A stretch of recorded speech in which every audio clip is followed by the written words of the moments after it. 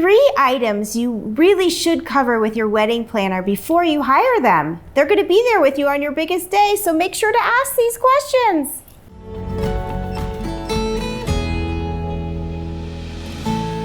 So important. The first one is experience. We talk about it a lot and we mean it, because you don't want some newbie walking into your wedding day and this is the first time they've ever done a wedding and all of a sudden they're being thrown to the wolves. Sometimes. But experience is so important. Like, there is nothing you learn more than being a wedding planner on the job. Like, you can go to school, people can try to teach you, explain how to be a wedding planner, but you truly learn on the job in this position. And the more experience you have, the more weddings you've done, the more you learn every time on how to perfect it, how to make it better, how to make it smoother, anything that could come up, mistakes could happen. So talk to them, see what kind of experience they have, and honestly, get into depth about it. Ask, what size weddings, how many weddings, have they done all kinds of weddings, whether they're Indian, American, Jewish, 100 people, 10 people, elopements. I said a lot. You did say a lot, but it's so true. And after all these years, every wedding that we do, I learn something new every time. So experience, how do you say, under your belt, on your belt? What do you say?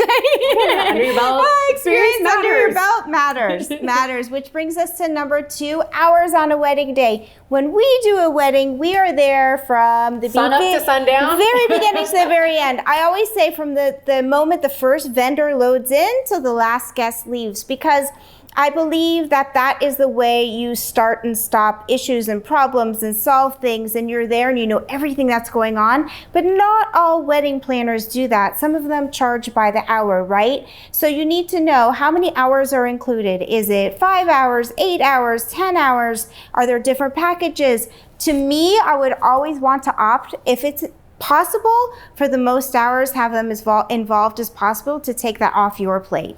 So true. The hours on the wedding day, I see some vendors don't come in till right before the ceremony starts. And if the tables and chairs and everything has already been set up and it hasn't been done right, that planner is then playing catch up, or it just is what it is. So it's so important to have that discussion of, when do you arrive? What will you handle? How will you make sure I can have a smooth wedding day so I can be a bride and truly enjoy?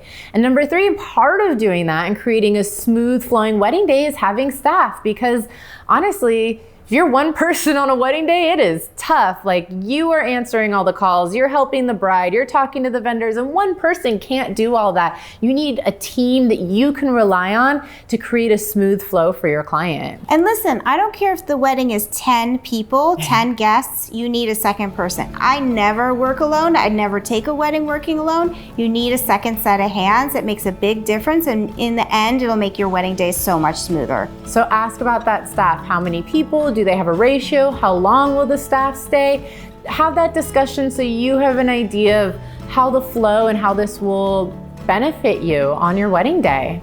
And I think that's all. Those are the important topics. Happy planning, everyone.